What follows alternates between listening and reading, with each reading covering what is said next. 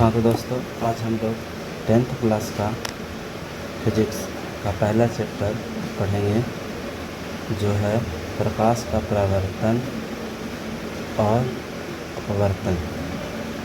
यानी प्रकाश के परावर्तन और अपवर्तन के बारे में हम यहाँ उसके उपयोग, उस कैसे होता है, उससे क्या क्या दैनिक जीवन में उपयोग है, उससे घटने वाली घटनाओं को हम यहाँ पर देखेंगे। तो ये NCERT 10th का बुक है, NCERT 10th का है, जिससे आज हम लोग कुछ पढ़ेंगे। इसे सबसे पहले इंट्रोडक्शन में देखते हैं। हम इस संसार में अपने चारों ओर अनेक प्रकार के वस्तुओं को देखते हैं, तथापि किसी अंधेरे कमरे में हम कुछ भी देखने में असमर्थ रहते हैं। यानी अंधेरे कमरे में हम लोग कुछ नहीं देखते हैं। कमरे में कोई प्रकाश करने पर चीज़ दिखाई देने लगता है। यानी जब कमरे में प्रकाश आता है तो हमें बहुत सारे वस्तुएं दिखाई देने लगता है। वह क्या है? जैसे वस्तु को दृश्यमान बना देता है। दिन के समय सूर्य की प्रकाश वस्तुओं को देखने में हमारी सहायता करता है। कोई वस्तु उस पर पड़ने वाले प्रकाश को परावर्तित करता है और उस परावर्तित प्रकाश हमारे आँखों तक पहुँचता है और हम उस वस्तु को देख सकते हैं। हम किसी पारदर्शी माध्यम से आर पार देख सकते हैं, क्योंकि पारदर्शी मतलब जिससे प्रकाश एक तरफ से दूसरे तरफ पास कर देता है, उसे पारदर्शी कहते हैं। तो कहते हैं पारदर्शी में भी हम लोग वस्तु को देख सकते हैं पार, क्योंकि उसमें प्रकाश पार कर जाती है। प्रकाश से संबंध अनेक समान एवं अद्भुत घटनाएं, जैसे दर्पण द्वारा प्रतिबिंब बनना, तारे का टिमटिमाना, इंद्रधनुष का सुंदर रंग, किसी माध्यम द्वारा प्रकाश को मोड़ना इत्यादि घटनाओं को हम देखते हैं।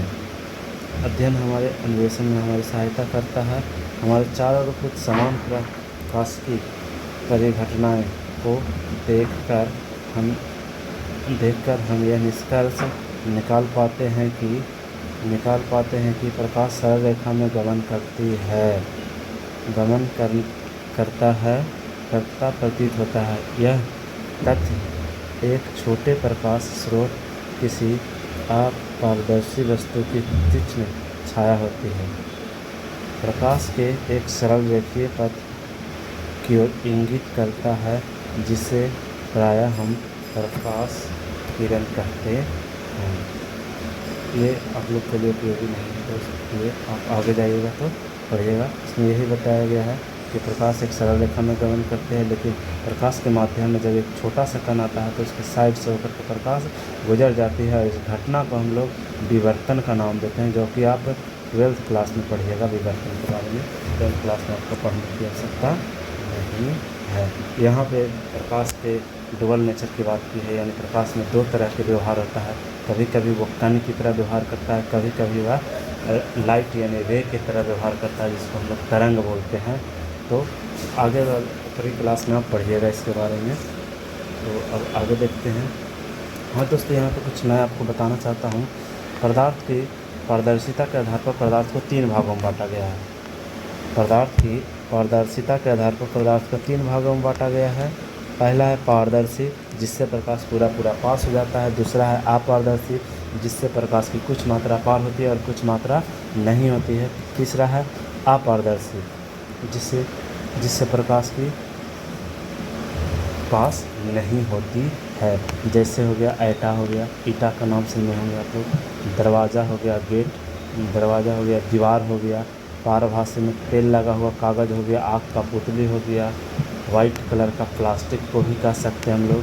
और पारदर्शी में तो शीशा हो गया, हवा हो गया, पानी हो गया, तो आ गया है। प्रकाश के बारे में कुछ हम लोग जानते हैं। प्रकाश सूर्य से निकलती है। प्रकाश कहाँ से निकलती है? सूर्य से निकलते। सूर्य में क्या होता है? सूर्य में संलयन अभिक्रिया होता है। सूर्य में कौन सा अभिक्रिया होता है? अभिक्रिया। सूर्य में संलयन अभिक्रिया होता है। संलयन अभिक्रिया में सूर्य में क्या है?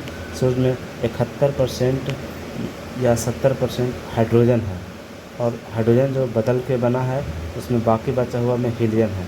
तो सूर्य में होता है हाइड्रोजन प्लस हाइड्रोजन मिल करके हीलियम का निर्माण होता है, और इस अभिक्रिया का नाम है, हम लोग देते हैं नाभिकीय संलयन अभिक्रिया।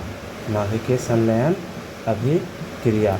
नाभिकीय संलयन अभिक्रिया में क्या होता है, हाइड्रोजन हाइड्रोजन मिल करके और हीलियम का निर्माण करता है और कुछ द्रव्यमान का लॉस होता है जो कि ऊर्जा के रूप में प्राप्त होता है, और वही ऊर्जा से हमारे पृथ्वी एवं सौरमंडल में सारे ग्रहों को देता है। और उसमें एक ग्रह मेरा भी है, पृथ्वी, जो कि हमारे सूरज के प्रकाश हमारी पृथ्वी पर पहुँचती है। अब है प्रकाश। प्रकाश हमेशा सीधी रेखा में गमन करती है। प्रकाश हमेशा सीधी रेखा में गमन करती है, और प्रकाश जिस पथ पर गमन करती है उसे किरण कहते हैं। उसे क्या कहते हैं, किरण। प्रकाश जिस पथ पर गमन करती है उसे हम क्या कहते हैं दोस्तों, प्रकाश जिस पथ पर गमन करती है उसे हम लोग किरण कहते हैं। और जब बहुत सारे किरणों का एक सुंदर पैटर्न देखा जाता है, यानी एक साथ चलती है जब बहुत सारे किरणें, तो उसे हम लोग किरण पुंज कहते हैं।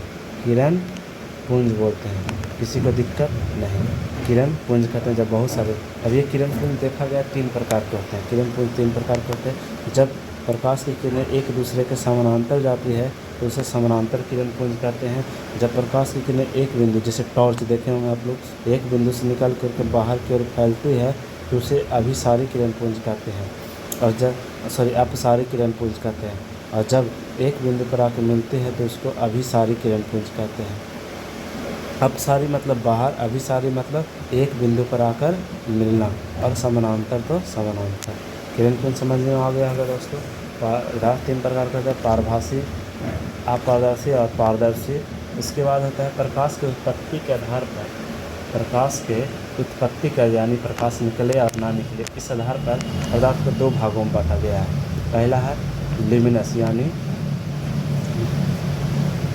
ल्यूमिनस, और दूसरा है नॉन ल्यूमिनस यानी दीप्त वस्तु, प्रादीप्त वस्तु और अदीप्त वस्तु। प्रादीप्त वस्तु को ल्यूमिनस कहते हैं, अप्रादीप्त वस्तु को नॉन ल्यूमिनस कहते हैं। प्रादीप्त वस्तु उन वस्तुओं को कहते हैं जिससे लाइट निकलता है, जिससे प्रकाश बचता है, निकलता है, उसे प्रदीप्त वस्तु कहते हैं। जिससे प्रकाश नहीं निकलता है उसे अप्रदीप्त कहते हैं, यानी प्रकाश नहीं निकलता है उसे अप्रादीप्त वस्तु कहते हैं। तो यहाँ पे देखे होंगे हम लोग, प्रकाश सीधी रेखा में करते हैं। प्रकाश का चाल का सर्वप्रथम नापा था रोमर। प्रकाश का चाल निकाला था रोमर में। प्रकाश का चाल होता है 3 लाख किलोमीटर पर सेकंड। 1 सेकंड में 3 लाख किलोमीटर जाता है। या तो आप ये वाला भी डिजिट देखेंगे, 3 × 10⁸ मीटर पर सेकंड। 3 लाख किलोमीटर, ये 3 × 10⁸ मीटर पर सेकंड, 3 × 10⁸ मीटर पर सेकंड। अब आगे हम लोग चलते हैं। अब देख लिया होंगे आप लोग बहुत सारी चीज़ों को। प्रकाश सीधी रेखा में गमनता है। प्रकाश सीधी रेखा में गमन करती है। प्रकाश के पारदर्शी का आधार पर पदार्थ को 3 भागों में, पारदर्शी जिससे प्रकाश पास हो जाता है, अपारदर्शी जिससे प्रकाश पार नहीं होता है, और पारभासी जिससे प्रकाश की कुछ मात्रा पास होती है और कुछ मात्रा नहीं होती है। उसके बाद प्रकाश की उत्पत्ति के आधार पर 2 प्रादीप्त और अप्रादीप्त। प्रादीप्त मतलब जो प्रकाश उत्पन्न करता है, जैसे टॉर्च हो गया, सूरज हो गया, तारा हो गया, ग्रह नहीं। ग्रह अप्रादीप्त वस्तु है जो प्रकाश उत्पन्न नहीं करता। ईटा, बालू, जितना भी चीज़ों को देख, कुर्सी, टेबल हो गया, खटिया, पलंग, ये सब चीज़ क्या हो गया, अप्रादीप्त वस्तु। उसके बाद हम लोग देखते हैं प्रकाश। प्रकाश क्या है, प्रकाश सीधी रेखा में गमन करते हैं। प्रकाश का चाल किसने ज्ञात किया, रोमर ने ज्ञात किया था। प्रकाश कहाँ से आता है, तो सूर्य से आता है। सूर्य में कौन सी अभिक्रिया होती है, तो संलयन अभिक्रिया होती है। संलयन अभिक्रिया में क्या होती है, तो हाइड्रोजन हाइड्रोजन मिलकर के हीलियम का निर्माण करता है, और कुछ द्रव्यमान यहाँ पे कम बनता है। जैसे ये 4 किलो हुआ तो ये 3 ही किलो बनता है, तो जो 1 किलो लॉस होता है वो ऊर्जा के रूप में बदलता है, और वही ऊर्जा सूर्य सौरमंडल में सभी ग्रहों को एवं अन्य आकाशीय पिंडों को देती है, जिसमें एक हमारा ग्रह पृथ्वी है, और पृथ्वी का उपग्रह कौन है, चंद्रमा है। पृथ्वी सूर्य का परिक्रमा करता है, चंद्रमा पृथ्वी का परिक्रमा करता है। आगे चलते हैं दोस्त। अब हैं हम लोग देखते हैं प्रकाश का परावर्तन। तो प्रकाश का परावर्तन से सीधा आप है, जब प्रकाश की किरण तो समझ में आया दोस्त। एक प्रकाश जिस पथ पर चलता है उसे किरण कहते हैं। तो हम लोग यहाँ पर समझने के लिए प्रकाश को एक किरण के रूप में लेंगे, और उसके बाद बाकी जितने भी उससे संबंधित फिगर होगा उसको हम लोग बनाएंगे। तो देखिए, कोई ये वस्तु है, मतलब कोई भी वस्तु है, इससे प्रकाश आया और टकरा करके लौट गया, तो इस घटना को हम प्रकाश का परावर्तन कहते हैं। यानी प्रकाश की किरणें किसी चिकनी सतह से टकरा करके वापस लौट जाती है। इस घटना को प्रकाश का परावर्तन कहते हैं। अब देखिए यहाँ पे पढ़ते हैं, अतः उच्च कोटि की पॉलिश किया हुआ पृष्ठ जैसे दर्पण अपने पर पड़ने वाले तथा जब उच्च कोटि के पॉलिश किया हुआ पृष्ठ जैसे कि दर्पण अपने पर पड़ने वाले अधिकांश प्रकाश को परावर्तित कर देता है। आप प्रकाश के परावर्तन के नियम से पहले से ही परिचित हैं। आप 8th क्लास में या 9th क्लास में पढ़ेंगे। इस नियम का स्मरण करें। आप परावर्तन के नियम के लिए होता है आपतन कोण परावर्तन कोण के बराबर होता है। यानी आपतन कोण देखिए, आपतन कोण किसे कहते हैं, एक फिगर पढ़ते हैं। ये आने वाली किरण है और ये परावर्तन के बाद जाने वाली किरण है। बीच में एक अभिलंब डालते हैं तो आपतित किरण और अभिलंब के बीच में जो कोण होता है उसे आपतन कोण कहते हैं। और परावर्तित किरण और अभिलंब के बीच में जो कोण बनता है उसे परावर्तन कोण। ये हो गया परावर्तन कोण और ये हो गया आपतन कोण। ये अभिलंब है। ये क्या है, अभिलंब। जो परावर्तक सतह पर सामने खड़ा रहता है सोझे, उसको अभिलंब बोलते हैं। और ये जिससे टकराती है प्रकाश की किरणें, उसको हम लोग बोलते हैं परावर्तक सतह या दर्पण भी आप बोल सकते हैं। इसे दर्पण का ही एक रूप है। परावर्तक सतह दर्पण, परावर्तक सतह का ही एक रूप है दर्पण। अगर आपतित किरण और दर्पण पर अभिलंब बिंदु तथा परावर्तित किरण सभी एक ही तल में होते हैं। एक ही तल मतलब एक ही प्लेन में। प्लेन जैसे ये प्लेन पर रखा हुआ है, ऐसे ये ऊपर उठा हुआ है। प्लेन का मतलब जैसे जिस बोर्ड है इस पर लंबवत अगर है तो उसको प्लेन से बाहर बोलेंगे। अब कहते परावर्तन के ये नियम गोलीय पृष्ठ सतहीय सभी प्रकार के परावर्तक पृष्ठों के लिए लागू होता है। कहता है ये परावर्तन के नियम चाहे वो गोल हो चाहे वक्र हो, कैसा भी पृष्ठ हो, सभी पर लागू होता है। समतल दर्पण द्वारा प्रतिबिंब बनाने की से परिचित हैं। प्रतिबिंब की क्या विशेषता होता है? समतल दर्पण द्वारा बना प्रतिबिंब सदैव आभासीय यानी काल्पनिक और सीधा होता है। प्रतिबिंब का साइज वस्तु के साइज के बराबर होता है। प्रतिबिंब दर्पण के पीछे बनता है उतना ही दूर बनता है जितना दूर पर दर्पण के सामने बिंब रखा जाता है। इसके अतिरिक्त प्रतिबिंब पर सर्विक परिवर्तित होता है। यानी पर प्रतिबिंब पृष्ठ वक्रीय हो तो प्रतिबिंब कैसा बनेगा, आइए देखें। अतः एक बड़ा चमकदार चम्मच लीजिए जिसकी वक्रीय पृष्ठ में अपना चेहरा देखने का प्रयत्न कीजिए। क्या आप प्रतिबिंब देख पाते हैं? यह छोटा है या बड़ा? देखिए एक चम्मच को जब लेंगे तो चम्मच ऐसा होता है। चम्मच ऐसा होता है मतलब कहने का मतलब कैसा होता है? चम्मच एक दर्पण है। कौन सा दर्पण है? जिसका पृष्ठ धंसा हुआ है। और धंसा हुआ किसका रहता है? तो उत्तल दर्पण का। तो यहाँ पे कह रहा है आप छोटा। तो अगर आप पहले तो आप यहाँ से अगर चेहरा को देखिएगा तो नज़र ही नहीं आएगा। लेकिन अगर आप थोड़ा सा नज़दीक जाइएगा तो आपका चेहरा थोड़ा बड़ा नज़र आएगा। तो क्या होगा यहाँ पर आंसर बड़ा। चम्मच को धीरे धीरे अपने चेहरे से दूर ले जाइए। प्रतिबिंब को देखते रहिए यह कैसे परिवर्तित होता है। धीरे धीरे दूर ले जाएंगे तो धीरे धीरे चेहरा का आकार छोटा होगा, उसके बाद लुप्त हो जाएगा। चम्मच को उल्टा कीजिए। अब चम्मच को उल्टा करें। चम्मच ये हो गया उल्टा। अब ये हो गया उत्तल दर्पण। कौन सा दर्पण? उत्तल दर्पण। और दूसरे पृष्ठ की क्रियाकलाप को दोहराएं। अब ये वस्तु को जैसे जैसे दूर ले जाएगा वस्तु का प्रतिबिंब धीरे धीरे छोटा होगा, नज़दीक लाएंगे धीरे धीरे बड़ा होगा। दोनों पृष्ठ में प्रतिबिंब का विलक्षण का तुलना कीजिए। पहला में प्रतिबिंब कैसा बना था? काल्पनिक बन रहा था, ठीक है। दूसरा में भी काल्पनिक बन रहा था। जैसे जैसे दूर ले जा रहे थे उसका आकृति छोटा हो रहा था, जैसे जैसे दूर ले जा रहा था आकृति छोटा हो रहा था। लेकिन कुछ दूर के बाद इसमें प्रतिबिंब नहीं बन रहा था और कुछ दूर बाद इसमें भी प्रतिबिंब हमेशा बनता रहता है। बस इसीलिए कहते हैं उत्तल दर्पण के सामने वस्तु को कहीं भी रखें प्रतिबिंब हमेशा सीधा छोटा और काल्पनिक बनेगा। सीधा छोटा और काल्पनिक बनेगा। क्रियाकलाप एक कंप्लीट हो गया होगा। चमकदार चम्मच की वक्रीय पृष्ठ एक वक्रीय दर्पण की भांति माना जा सकता है। सबसे अधिक उपयोग में आने वाले समानता वक्रीय दर्पण का प्रारूप गोलीय दर्पण होते हैं। इस प्रकार के दर्पण का परावर्तक पृष्ठ किसी गोले के पृष्ठ का एक भाग माना जा सकता है। ऐसे दर्पण जिनका परावर्तक सतह गोलीय होता है उसे गोलीय दर्पण कहते हैं। देखिएगा ध्यान से। कहता है ऐसा दर्पण जिसका परावर्तक सतह गोलीय होता है उसे गोलीय दर्पण कहते हैं, और हम गोलीय दर्पण के बारे में कुछ विस्तार से अध्ययन करेंगे। देखिए अभी हम आपको दर्पण के बारे में बताने की कोशिश करेंगे। कुछ सुनिएगा।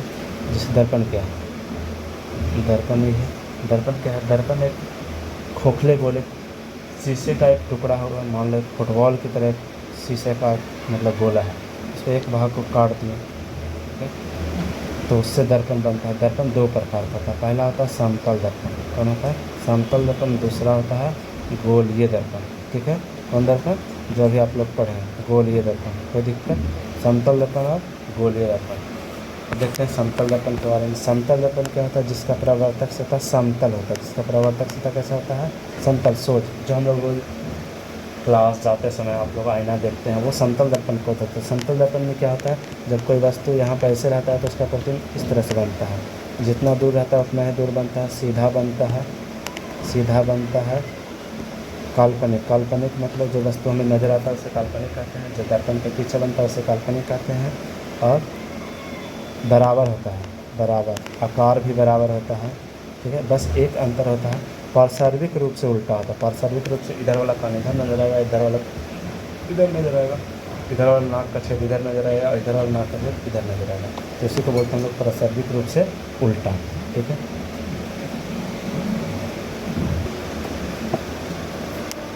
तो समतल दर्पण बारे में लोग समझ चुके होंगे। समतल दर्पण के बारे में देख लीजिए कुछ क्वेश्चन। समतल दर्पण का कुछ और आगे भी पढ़ेंगे हम लोग। समतल दर्पण जब फोकस वगैरह पढ़ रहे हैं तो समतल दर्पण के बारे में कुछ बता देंगे, अभी समतल के बारे में छोड़िए। देख लीजिए समतल दर्पण में प्रतिबिंब काल्पनिक होता है, काल्पनिक होता है, सीधा होता है, बराबर होता है, जितना दूरी पर वस्तु रखते हैं उतना ही दूरी पर बनता है, बस पार्श्विक रूप से क्या होता है उल्टा होता है। क्या होता है, पार्श्विक रूप से उल्टा होता है। ये तब देख लिए हैं। अब आगे चलते हैं गोलीय दर्पण में। गोलीय दर्पण क्या है, गोलीय दर्पण देखिए आगे देख लीजिए। गोलीय दर्पण है, कहता है गोलीय दर्पण वक्र, परावर्तक पृष्ठ अंदर की ओर और बाहर की ओर से वक्र हो जाता है। गोलीय दर्पण जिस परावर्तक सतह का पृष्ठ अंदर की ओर अर्थात गोलीय दर्पण के वक्रता केंद्र यानी गोलीय दर्पण के केंद्र की ओर वक्रीय होता है उसे अवतल दर्पण कहते हैं, और गोलीय दर्पण जिसका परावर्तक पृष्ठ बाहर की ओर वक्रता होता है जो उत्तल दर्पण कहते हैं। इस दर्पण का आरेखीय लेखन चित्र 10.1 में किया गया है। इन चित्रों को नोट कीजिए और दर्पण के पृष्ठीय भाग को छायांकित है। अब आप समझ सकते हैं कि चम्मच के अंदर की वक्रीय पृष्ठ लगभग अवतल दर्पण जैसा और चम्मच के बाहर का उभरा हुआ पृष्ठ लगभग उत्तल दर्पण की जैसा। तथा उत्तल दर्पण के बारे में और अधिक ज्ञान प्राप्त करने से पहले आइए हम कुछ शब्दों को, पदों को जानें अर्थात समझें। ये गोलीय दर्पण के बारे में चर्चा करते समय सामान्य प्रयोग में आते हैं। गोलीय दर्पण के परावर्तक पृष्ठ के केंद्र को दर्पण का ध्रुव कहते हैं। अब देखिए दोस्तों, हम लोग पढ़ते हैं गोलीय दर्पण, तो आपको यहाँ पे पढ़ते हैं गोलीय दर्पण क्या है। यहाँ लिखते हैं गोलीय दर्पण।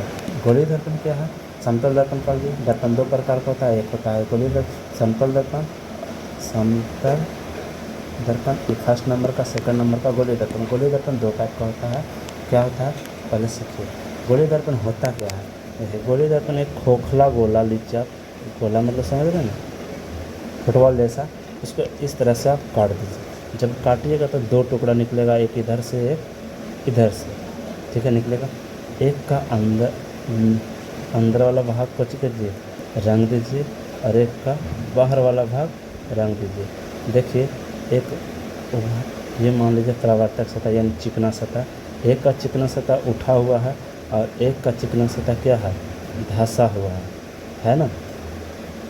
तो सबसे पहले गोलीय दर्पण क्या है, गोलीय दर्पण किसी खोखले गोले का वह भाग किसी खोखले गोले को काट कर बनाया जाता है, जिसका एक किसी खोखले गोले को काट कर एक भाग रचित करके बनाया जाता है, उसे गोलीय दर्पण कहते हैं। गोलीय दर्पण क्या है, किसी खोखले गोले को काट कर एक भाग को रंग कर बनाया जाता है। ये रंगाई हो गया, ये रंगा हो गया, चिकना हो गया, चिकना। क्या दिक्कत, अब आगे देखिए ये है, ये चिकना सतह हो गया, चिकना, और ये हो गया रंगाई।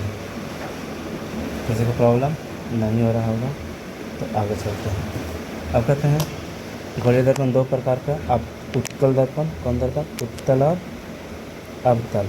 उत्तल दर्पण कैसा होता है? उत्तल दर्पण जिसका परावर्तक सतह उठा हुआ रहता है उसे हम लोग उत्तल दर्पण कहते हैं। यानी इधर वाला भाग रंगाई किया हुआ, इधर वाला भाग चिकना सतह। इधर वाला भाग कौन सतह? ये चिकना सतह। समझ रहे हैं बात को? ये कौन सा सतह? चिकना सतह। ठीक है, ये हो गया अवतल दर्पण। अब आते हैं कौन सा दर्पण में? उत्तल दर्पण। उत्तल दर्पण का परावर्तक सतह कैसा होता है? धंसा हुआ होता है। कैसा होता है? धंसा होता है। इधर से यहाँ पे कैसे कर दिए? रंगाई कर दिए, पीछे वाला भाग को रंग दिए। रंग मतलब पेंट, सिल्वर का पेंट होता है, सिल्वर का, उसके ऊपर से ऐसे ऐसे कुछ भी पेंट करता है अंदर सिल्वर, ताकि चमके, ज़्यादा चमकना चाहिए। और इधर से क्या होता है? रंगाई किया हुआ रहता है। समझ गए हैं आप लोग? ये हो गया अवतल दर्पण और ये हो गया उत्तल दर्पण। यानी जिसका परावर्तक, सॉरी मिस्टेक किया। ये देखिए, अवतल दर्पण का उठा हुआ भाग रंगा हो रहता है। अवतल दर्पण का कौन भाग? उठा हुआ भाग। और धंसा हुआ भाग को तो क्या हो रहता है? पेंट किया हुआ रहता है। इस तरह से ये चिकना हो रहता है। यानी जिसका परावर्तक सतह उठा है उत्तल दर्पण, धंसा है, ठीक, धंसा है अवतल दर्पण। इसी को कर। अब कहता है गोलीय दर्पण में कुछ प्रमुख होने वाले महत्वपूर्ण शब्द जो हम लोग उपयोग करते हैं। जैसे एक बड़ा सा गोलीय दर्पण बनाते हैं आपके लिए, और ये हम अवतल दर्पण को बताएं, क्योंकि अवतल दर्पण में बाकी टर्मों को समझना आसान होता है उत्तल दर्पण के तुलना में। देखिएगा, इसको हम रंग देते हैं, पीछे से रंग दिए, किसी का दिक्कत ये चिकना सतह। अब कहता है दर्पण के मध्य सबसे पहला टर्म है ध्रुव। सबसे पहला टर्म कौन है?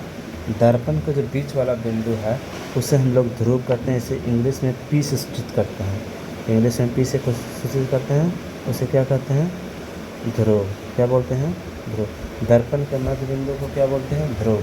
याद रहेगा, दर्पण के मध्य बिंदु को ध्रुव कहते हैं। आपको किताब में भी दिया गया है, देखिएगा ध्यान से। दर्पण के मध्य बिंदु को ध्रुव कहते हैं। गोलीय दर्पण के परावर्तक पृष्ठ के केंद्र के दर्पण का ध्रुव कहा जाता है। ठीक है, अब आगे चलते हैं लोग। दूसरा में मुख्य अक्ष। मुख्य अक्ष के चलते हैं। मुख्य अक्ष क्या होता है? दर्पण के ध्रुव, मुख्य अक्ष नहीं, उससे पहले आप पढ़ लीजिए वक्रता केंद्र। वक्रता केंद्र, वक्रता केंद्र मतलब समझिए एक सिंपल सा एक वृत्त लीजिए। वृत्त समझते हैं आप? ये ऐसा एक वृत्त लीजिए, ये है मान लीजिए, ठीक है, ये वृत्त है। इस वृत्त का तो केंद्र होता होगा ना, वही चीज़ है वक्रता केंद्र। अब वो चीज़ कैसे है? देखिए, जब यहाँ पे काट रहे हैं, ये एक वृत्त का भाग है, ये पार्ट्स किसका है? वृत्त का है। तो इस पार्ट्स को जब हम लोग लेंगे तो ये वृत्त का है, तो इस वृत्त का केंद्र होगा। इसका भी तो कोई, इससे कोई ही बनाएंगे तो एक वृत्त बनेगा, इसका भी कोई केंद्र होगा। तो कहता है क्या? वक्रता केंद्र के लिए परिभाषा में समझिएगा। पहला तो ध्रुव आप लोग पढ़ लिए, क्या होता है ध्रुव? दर्पण के मध्य बिंदु को ध्रुव कहते हैं, ठीक है। उसके बाद दूसरा है कौन? वक्रता केंद्र, ठीक है। वक्रता केंद्र क्या है जरा समझिएगा। वक्रता केंद्र क्या है?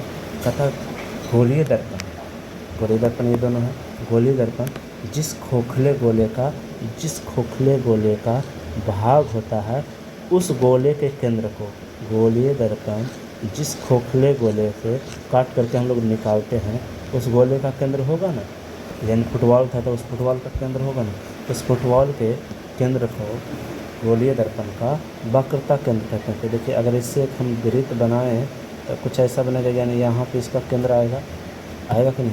यानी यहाँ पे कुछ आ गया, केंद्र आ गया। इसको हम लोग बोलते हैं वक्रता केंद्र। और वक्रता केंद्र को अंग्रेजी के कैपिटल अक्षर सी से सूचित करते हैं। वक्रता केंद्र को सी से और ध्रुव को कौन से? पी से। किसी को कोई प्रॉब्लम नहीं। अब है तीसरा बिंदु। तीसरा बिंदु है कुछ मुख्य अक्ष। मुख्य अक्ष इस मुख्य अक्ष को क्या बोलते हैं हम लोग? प्रिंसिपल एक्सिस भी इंग्लिश में बोलते हैं। तो कहता है मुख्य अक्ष का परिभाषा बहुत सिंपल है। वक्रता केंद्र यानी सी और पी को मिलाने वाली रेखा को मुख्य अक्ष कहते हैं। सी और पी को मिलाने वाली रेखा को मुख्य अक्ष बोलते हैं। किसी को प्रॉब्लम नहीं। सी और पी को मिलाने वाली रेखा को मुख्य अक्ष बोलते हैं, यानी वक्रता केंद्र और ध्रुव को मिलाने वाली रेखा को मुख्य अक्ष बोलते हैं। ठीक है, अब आगे हम लोग चलते हैं चौथा बिंदु पर चलते हैं। क्या? फोकस एक लिख सकते हैं या फोकस लिख सकते हैं।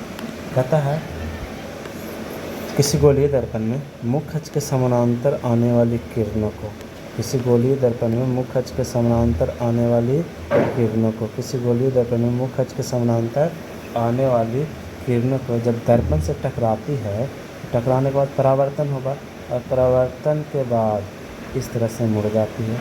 जब इस तरह से मुड़ेगी तब मुख्य अक्ष को जिस बिंदु पर वो काटेगी, मुख्य अक्ष को जिस बिंदु पर क्या करेगी?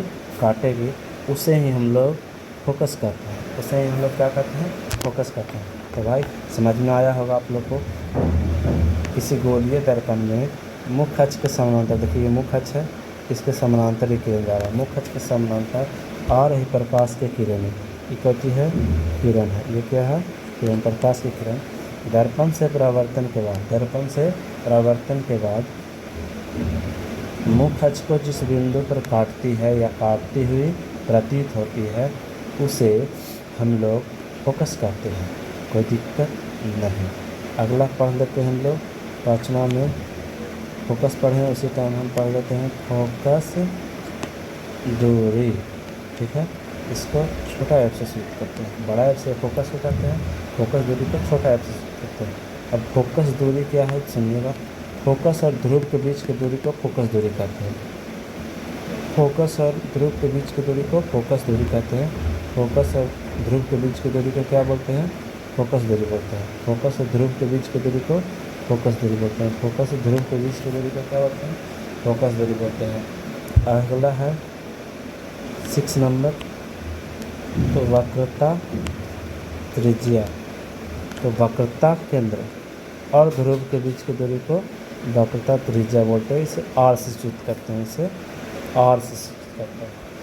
तो ये समझना होगा, ध्रुव दर्पण के मध्य बिंदु को ध्रुव कहते हैं। वक्रता केंद्र गोलीय दर्पण जिस खोखले गोले का भाग होता है उस गोले के केंद्र को दर्पण का वक्रता केंद्र कहते हैं। मुख्य अक्ष जानते हैं, वक्रता केंद्र और ध्रुव को मिलाने वाली रेखा को मुख्य अक्ष कहते हैं। उसके बाद फोकस, मुख्य अक्ष के समानांतर आ रही प्रकाश की किरण दर्पण से परावर्तन के बाद वक्रता मुख्य अक्ष को जिस बिंदु पर काटती है या काटती हुई प्रतीत होती है उसे फोकस कहते हैं। और फोकस और ध्रुव के बीच की दूरी को फोकस दूरी कहते हैं। और वक्रता केंद्र और ध्रुव के बीच की दूरी को वक्रता त्रिज्या कहते हैं। तो यही सब इसमें देखा जाएगा। ये सब देखिए, यहाँ पे मुख्य अक्ष है, यहाँ पे वक्रता त्रिज्या कहलाती है, यहाँ पे वक्रता केंद्र कहलाता है। उसके बाद आगे वाले सेक्शन पर हम अब कुछ क्वेश्चन है, देखिएगा। क्वेश्चन क्या है? कहता है सूर्य की ओर या दर्पण द्वारा परावर्तित सूर्य के प्रकाश को सीधा मत देखिए, ये आँखों को क्षतिग्रस्त करता है। चेतावनी दिया गया है कि जब दर्पण से प्रकाश की किरण परावर्तित होता है तो हम लोग को आँख यहाँ पे नहीं रखना चाहिए। ठीक है, क्योंकि ऐसे भी देखते हैं आईना जब दर्पण को चमकाता है तो सामने देखने की चमक आँख को बहुत है। एक अवतल दर्पण को अपने हाथ में पकड़िए और उसके परावर्तक पृष्ठ को सूर्य की ओर लीजिए। मतलब एक अवतल दर्पण को ऐसे रखिए, इसका कहने का मतलब एक अवतल दर्पण रखिए और उसका सूर्य की ओर ऐसे, ये सन है, ठीक है, यहाँ से प्रकाश निकल रहा है तो यहाँ पे रखिए। कीजिए फिर दर्पण द्वारा परावर्तित प्रकाश को दर्पण में पास रखिए, एक कागज़ की शीट पर डालिए। अब कहता है जब इसे टकराएगा प्रकाश तो परावर्तन होगा, परावर्तन होगा तो एक कागज़ की शीट पर परावर्तन कहाँ पर जाना चाहिए? कागज़ पर जाना चाहिए। अब कागज़ से धीरे धीरे आगे पीछे कीजिए, अब तक कि आपको कागज़ की शीट की प्रकाश का एक चमक तीक्ष्ण बिंदु प्राप्त ना हो जाए। मतलब जब तक इसको एडजस्ट कीजिए तब तक मतलब एक बिंदु पर प्रकाश नहीं हो जाए। समझ रहे हैं बात को? यानी ये ऐसा केस बनेगा। आपको अगर आ देते हैं, मान लीजिए सूरज से प्रकाश आ रहा है, सूरज से इधर से प्रकाश जा रहा है, इधर से प्रकाश जा रहा है, इधर से प्रकाश जा रहा है, इधर से प्रकाश जा रहा है, ठीक है। उसके बाद ये मान लीजिए आप ध्रुव है और ये है मुख्य अक्ष, ये है मुख्य अक्ष, और ये है मान लीजिए वक्रता केंद्र और ये है क्या? फोकस। तो आपको पता हो, चाहे अभी भी बताएं हम, कि जब भी मुख्य अक्ष के समानांतर किरणें आती है तो दर्पण से फोकस की जाती है। अब यहाँ पे कागज़ को रखना है, यानी ऐसा प्रयोग हम लोग को करना है। अब कहता है दर्पण में कागज़ को कुछ मिनट ऐसी स्थिति पकड़े रहें, क्या आप देखते हैं ऐसा क्या होता है? ऐसा ये होता है कि कागज़ जलने लगता है। कागज़ क्या होता है? कागज़ जलने लगता। और इस प्रयोग को देखते हैं। सर्वप्रथम कागज़ संलग्न प्रदान करता है और धुआं उठने लगता है। अंततः आग ही पकड़ सकता है। क्या यह क्यों जलता है? सूर्य से आने वाले प्रकाश की किरण दर्पण द्वारा एक तीक्ष्ण चमकदार बिंदु के रूप में अभिकेंद्रित होता है। वास्तव में कागज़ किसी पर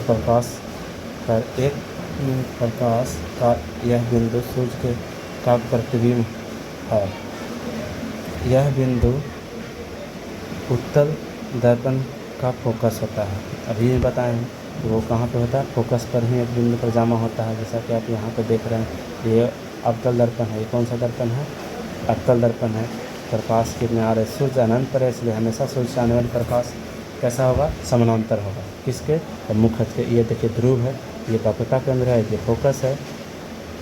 हाँ, एक चीज़ छूट गया दोस्त, दर्पण का द्वारक परिभाषित नहीं किया। अब देख लीजिए यहाँ पे एक 7 नंबर में आप लिख रहे हो द्वारक क्या है? दर्पण के व्यास को द्वारक। जैसे एक दर्पण है तो इसके डायमीटर जो होगा ना, इस दर्पण का ही ना, ऊपर वाला बिंदु और नीचे वाला बिंदु को मिलाने वाला था, उसी को द्वारक कहते हैं। दर्पण के व्यास को द्वारक कहते हैं। दर्पण के व्यास को द्वारक कहते हैं। दर्पण के व्यास को द्वारक कहते हैं। तो समझ में आ गया द्वारक? आगे देखिए, तथा सूर्य के प्रकाश को संकेंद्रित से उत्पन्न ऊष्मा के कारण कागज जलता है। दर्पण की स्थिति से इस प्रतिबिंब की दूरी दर्पण की फोकस का सन्निकटता मान है। आइए इस प्रेक्षण को एक किरण आरेख से समझे प्रयत्न करें। 10.2 में देखिए, अवतल दर्पण ए में है, बी में उत्तल दर्पण। ये कौन सा दर्पण है? उत्तल दर्पण है। ये देखिए पोल है, ये फोकस है और ये वक्रता केंद्र है। देखिए, जब भी सूर्य से कोई प्रकाश की किरण आएगा ना, कभी भी आप किरण आरेख खींचेगा तो सूर्य से आने वाली प्रकाश की किरण माना जाता है कि सूर्य बहुत दूर है और अनंत है, तो वहाँ से जो भी किरणें आती है वो हमेशा मुख्य अक्ष के समानांतर होती है। समझ गए? हाँ। और जब भी मुख्य अक्ष के समानांतर किरणें दर्पण पर पड़ेगी तो वो परावर्तित होकर के फोकस से होकर गुजरेगी या गुजरते हुए प्रतीत होती है। लेकिन देखिए, इसमें तो अंदर छेद करके पार नहीं हो सकता, इसलिए इधर की ओर मुड़ जाता है, ये इधर। लेकिन जब इसे काल्पनिक रूप से पीछे बढ़ाया जाता है तो ये कहाँ पे जाकर मिलती हुई प्रतीत होती है? फोकस की मिलती हुई प्रतीत होती है। तो इसमें यही प्रयोग में बस यही था कि जब एक अवतल दर्पण में को सूर्य के सामने रख करके क्या करते हैं? एक कागज़ पर उसके सारे प्रकाश की किरणों को केंद्रित करते हैं, तो वो केंद्र कहाँ पर फोकस होता है। और जब वहाँ पर प्रकाश की किरणों को रखते हैं तो कागज़ जलने लगता है। जलने का मुख्य कारण क्या है? बहुत सारे किरणों को एक बिंदु पर सीमित कर देना, जिसके कारण उसकी ऊष्मा का मान बढ़ जाता है और कागज़ को जला देता है। ठीक है, आगे चलिए। इसी प्रयोग के आधार पर हम लोग क्या करते हैं? टॉर्च देखते हैं ना हम लोग, टॉर्च में ऐसा ही दर्पण रहता है, उसमें फोकस पे बल्ब लगाया जाता है ताकि किरणें ऐसे से निकले और सब समानांतर होता है। और इसलिए टॉर्च में लाइट ज़्यादा दूर तक रहता है। ठीक है, आगे सोलर कुकर में भी कुकर को यहाँ पर रख देते हैं। कुकर को कहाँ पर रख देते हैं? यहाँ पे इस तरह से रख दिए कुकर को, ध्यान से कुकर को इस तरह से यहाँ पर रख दिए। ठीक है, अब कुकर को रख दिए, कहाँ पर? फोकस पर रख दिए। सारे किरणें आएगी और एक जगह जाओ करेगी और ऊर्जा का मान बढ़ जाएगा, ऊष्मा का मान बढ़ जाएगा और खाना पक जाता है। इसलिए आगे चलते हैं हम लोग। ध्यानपूर्वक, अवतल दर्पण पर मुख्य अक्ष के समानांतर किरणें आपतित होती है और परावर्तन किरणें प्रेक्षण किया जाता है तो सभी दर्पण के मुख्य अक्ष के एक बिंदु पर मिलती है। यह अवतल दर्पण के मुख्य फोकस कहलाती है। इसी प्रकार के चित्र 10.2 में ध्यानपूर्वक देखिए। अवतल दर्पण में मुख्य अक्ष के समानांतर किरणें किसी प्रकाश को परिवर्तित होती है तो परावर्तित किरणें मुख्य अक्ष पर एक बिंदु से आती हुई प्रतीत होती है और यह उत्तल दर्पण के मुख्य फोकस कहलाती है। जैसे मैं आपको पहले ही बता दिए, ये उत्तल दर्पण का मुख्य फोकस है, इसमें मिलता नहीं है, इसको काल्पनिक रूप से बढ़ाते हैं उत्तल दर्पण में। उत्तल दर्पण में आपको सारा चित्र समझ में आएगा, उत्तल दर्पण में थोड़ा सा समझने में दिक्कत है क्योंकि यहाँ पे हर चीज़ काल्पनिक रूप से आगे बढ़ाना पड़ता है। जैसे देखिए उत्तल दर्पण का पूरा नज़र आपको बताते हैं। ये उत्तल दर्पण है, अंदर से रंगा हुआ है, ठीक है। ये मुख्य अक्ष है, इसको ध्रुव बोलेंगे, इसको F बोलिएगा, इसको C बोलिएगा, क्योंकि इसमें C अंदर की ओर होता है। क्यों अंदर की ओर होता है? क्योंकि वृत्त ऐसा है ना, देख रहे हैं, ये कन्फ्यूज आप मत कीजिएगा। बहुत लोग को कन्फ्यूजन रहता है कि उत्तल दर्पण में पीछे को रेफर सी क्यों रहता है। देखिए इस दर्पण कोई भी आप बनाइए, आप तो दर्पण ही आप बनाइए, ठीक है, बना दिया उत्तल दर्पण। उत्तल दर्पण जब आप बनाइएगा तो ये वृत्त किधर की ओर निर्माण करेगा, इधर की ओर निर्माण करेगा। तो निर्माण जब इधर की ओर करेगा तो केंद्र इधर होगा, नहीं होगा ना, तो बीच में ही होगा। इसी तरह से जब उत्तल दर्पण पड़ेगा तो वृत्त का केंद्र इधर की ओर करेगा तो वक्र का केंद्र इधर तो नहीं हो सकता, नहीं हो सकता। इसीलिए F और C इधर की ओर रहता है। अब इसमें देखिए कोई किरण मुख्य अक्ष के समानांतर आती है, तो जब समानांतर आएगा चिकना सतह पर पड़ेगा तो सीधे इधर मुड़ जाएगा। समझ रहे हैं बात को? अब इसको जब इधर मुड़ेगा, लेकिन इसको हम काल्पनिक रूप से क्या करते हैं, काल्पनिक रूप से क्या करते हैं, बढ़ाते हैं। तो ये कहाँ से नज़र आता है, कहाँ से जा रहा है, फोकस से जा रहा है। तो ये फोकस का परिभाषा उत्तल दर्पण में, उत्तल दर्पण में आपको समझ में आ ही गया होगा। देखिए दोबारा का यहाँ पर परिभाषा दिया है। गोलीय दर्पण का प्रवर्तक पृष्ठ को द्वितीय सीमा रेखा या व्यास को दर्पण का द्वारक कहते हैं। जो एपर्चर इसको हिंदी में बोलते हैं, ऐसे हो गया, इसको द्वारक बोलते हैं, ठीक है, द्वारक। किसी ऊपर प्रॉब्लम नहीं। जैसे दर्पण है, इसको एम और एन मानते हैं, तो एम एन द्वारक है। वो कहते हैं क्या गोलीय दर्पण में वक्रता त्रिज्या आर और फोकस एक के बीच में कोई संबंध है? तो छोटे द्वारक वाले दर्पण गोलीय दर्पण में वक्रता त्रिज्या और फोकस दूरी से दुगनी होती है। यानी यहाँ पे एक संबंध बता रहा है, R बराबर 2F। यानी ये जो होता है, तो ये देख रहे हैं, आपको बताया गया है। जैसे ये और भी यहाँ पे देखिए एक पारा गया था फिगर, यहाँ पे देखिए इसी है, ये F है, ये O है। ये बोलता है जितना दूरी ये होता है उतना ही दूरी ये होता है। इसलिए ये अगर R है तो और ये F है तो ये भी कुछ जगह F, यानी F बराबर R बराबर 2F, R बराबर क्या चीज़ 2F। ये संबंध है, आपको सिद्ध भी कर देंगे, थोड़ा सा ध्यान दीजिए। आगे देखिए, पहले गोलीय दर्पण द्वारा बना प्रतिबिंब, ये आप अगले चैप्टर में अगले वीडियो में देखेगा। अभी तक आप इतना ही तक रखिए।